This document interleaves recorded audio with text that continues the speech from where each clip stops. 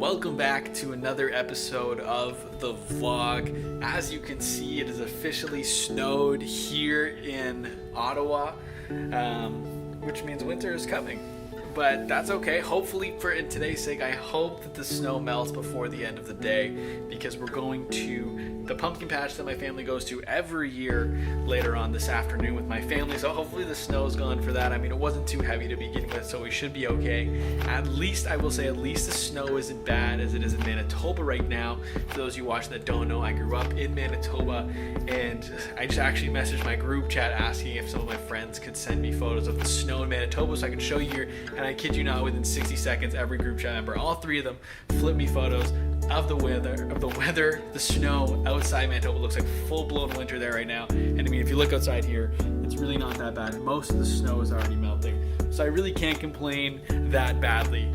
But welcome back to the vlog. Shout out to Marcus, Cody, and Bird for flipping me those photos super quickly. You can always rely on the group chat. I don't have it too busy. My day's not that busy today. I have a call at 10 a.m. if you watched last vlog. I did the True Fan Story Takeover, and I mentioned Notion in the vlog, and I had someone actually DM the account asking me to show my Notion process. Because I have client information stuff within my Notion, I was like, I messaged them on my personal account. I was like, hey, I can't show Notion on the story. That being said, if you want to jump on a call next week, I can run you through my Notion just face-to-face one-to-one. He was like, absolutely. So I have a call at 10 a.m. running someone through my Notion that saw me from the True Fan Story. Other than that, I have to edit the social report, which is a monthly podcast we put out with True Fan talking about social trends and stuff, because that comes out Friday. And then, like I said, 4:30 my brother's picking me up and we are going to the pumpkin patch. Hello? Ottawa's interesting because it's historically been known as like a government town, right? Like a sleepy town. And like I feel like people my age, like early 20s and stuff, like it's starting to be like there's almost like an attitude like that, like Ottawa is a dope town. And so like I've done my best to like try and surround myself with like the hustlers in the city to kind of have that vibe. But I do get where a lot of people come from, where it is like a government town. And like I live downtown, and before COVID, like it'd be like busy downtown, and like I'd go on the weekend and it'd be like a ghost town because it's all government around me. So everyone comes, and they're like strict 9 to 5, like no one's working weekends. Like they just come down during the week, and then they're like, they live in the burbs, so like it's quiet during the weekends unless there's like a crazy event going on. But yeah, so I mean, like I wouldn't describe it as like a crazy energy town.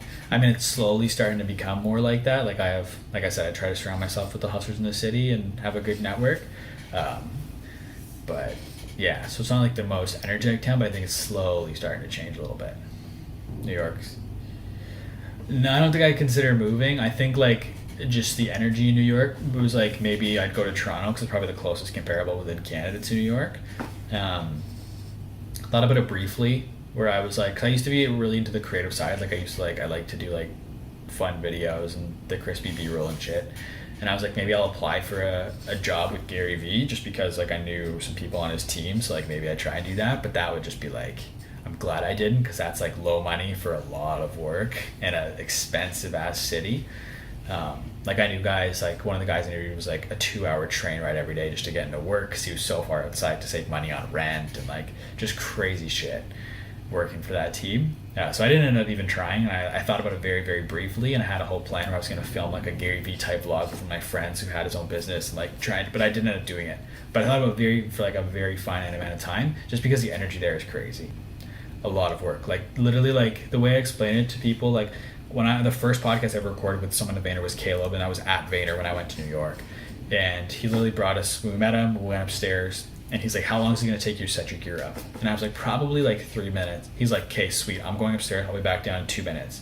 He literally took 2 minutes to go upstairs and keep editing for like 120 seconds, and then came back down.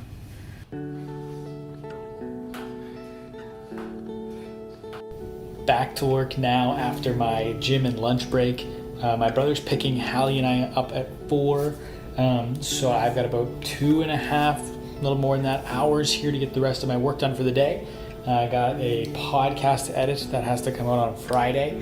I've also got to do some social posts and edit another video for a client, so I should have enough time to get all that done here. But I'm looking forward to going to the pumpkin patch. My family goes every single year. My cousin and I take the same photo where I hold him upside down every year. It started 5 years ago now when he would have been 8, and now he's 13, so it's a little bit more challenging, but we'll figure it out. I'm excited, but I'm going to try and get as much work done here as I can before we have to leave.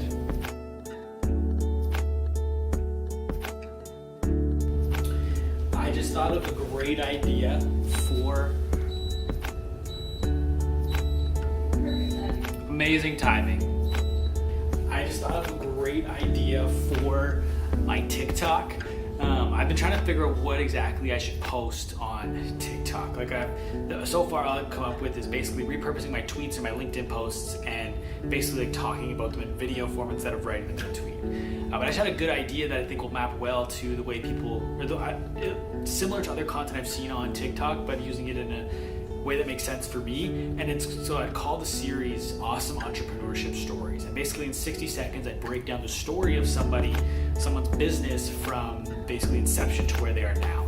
And the idea for this came from one of my clients who shared a thing with me that what's it called? Smart Sweets out of Vancouver is a sugar-free candy company, just exited, so they just sold their company for $400 million. And I was looking at their website, there's like a timeline of the business, and basically I was like, what if I do a TikTok of this timeline, spotlight this incredible entrepreneur and share it, and and then I could repeat that process over and over and over and over again with other entrepreneurs. I could tie it to my podcast and tell the story of my podcast guests that are entrepreneurs.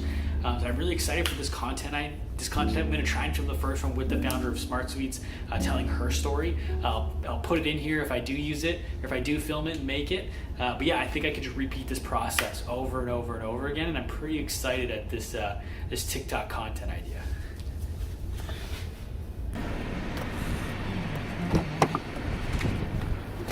Please don't sit on this. Hello. I guess the other night, Sunday, I think. Or today's Sunday. No, I don't know what day it was, but I was sitting in my car, hunched over like this. My brightness is down on my phone because the light hurts my eyes when it's pitch black. I'm sitting outside my girlfriend's house, and then I hear my car door open, and I'm like, this is odd. This isn't a regular thing. So I put my foot out and step out, and there was 1, 2, 3 dudes, head to toe, covered up, backpacks on, looked at me, said, oh, and then booked it. I was confused, got back in my car for a sec, realized what was happening, got back out of my car to chase them, but they were gone. But yeah, I only recognized but I only saw one guy was wearing a black and white Adidas hoodie, and it was just the craziest thing to experience. I don't know, it was so weird, unbelievable. Some 3 dudes opened my door and they're just there, and I step out, and they just booked it. I was like, holy shit. Were you rattled? No, I was pissed. I guess, yeah, rattled. I was pissed. I wanted to chase them. Everyone's always like, did you get back in your car? Did you lock the doors? Did you call the police? I'm like, no, I got back out.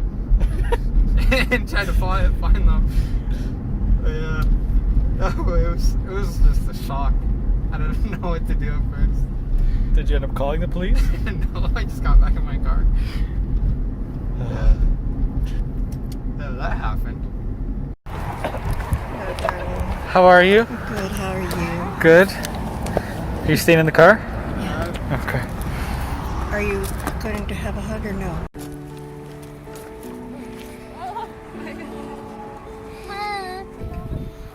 Look at the fear in his eyes. Wait. Look over here.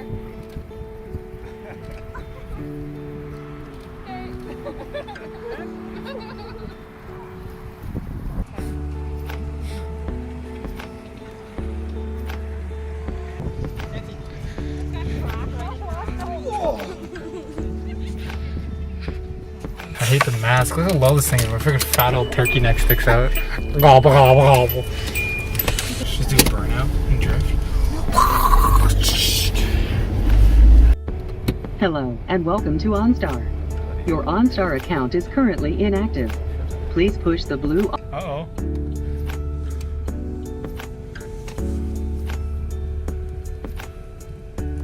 Oh, it's like not closed. It's like closed for good closed.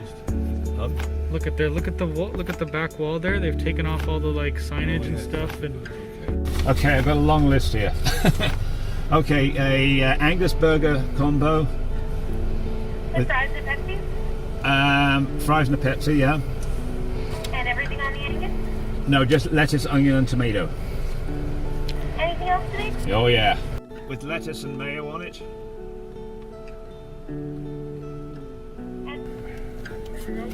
Thank you.